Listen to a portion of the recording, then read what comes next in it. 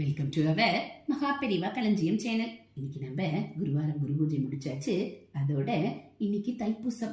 அதனால முருகனுடைய சுப்பிரமணிய புஜங்க வரலாற்றை நாம தெரிஞ்சுக்கலாம்.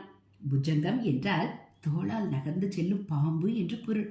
இச்சொல் வடமொழியில் உள்ள ஒரு வகை யாப்பை குறிக்கும். இப்புஜங்க கவியுள் அமைந்து கிடக்கும் சொற்கோவை பாம்பொன்று வளைந்து வளைந்து செல்லுவது போல இருப்பதால் இத்தகைய கவிக்கு புஜங்கம் என பெயருண்டாயிற்று.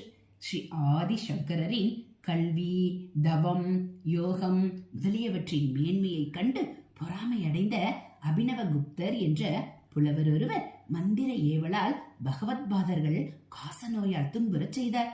இந்நோயால் இவர் தாங்க முடியாதவாறு துடித்து தவித்தார். ஒரு நள்ளிரவு சிவ பரம்பொருள் இவருடைய கனவில் தோன்றி ஜெயந்திபுரம் என்னும் திருத்தலத்தில் சூரபன்மாவை வென்றழித்துவிட்டு ஜெயபின்ப வடிவமாய் விளங்கும் என் குமாரனாகிய செந்திற்குமரனை கண்டு வழிபட்டால் இக்கொடிய வியாதி அடியோடு உன்னை விட்டு நீங்கும் என்று கூறி திருநீரும் அழித்தருளினார். ஆச்சாரியார் அதனை ஏற்று அணிந்து தம்மை பிடித்திருந்த நோய் நீங்க பெற்றார். மறுநாள் தம்முடைய யோக சக்தியால் திருச்செந்தூர் என வழங்க பெறும் ஜெயந்திபுரத்தை அடைந்தார்.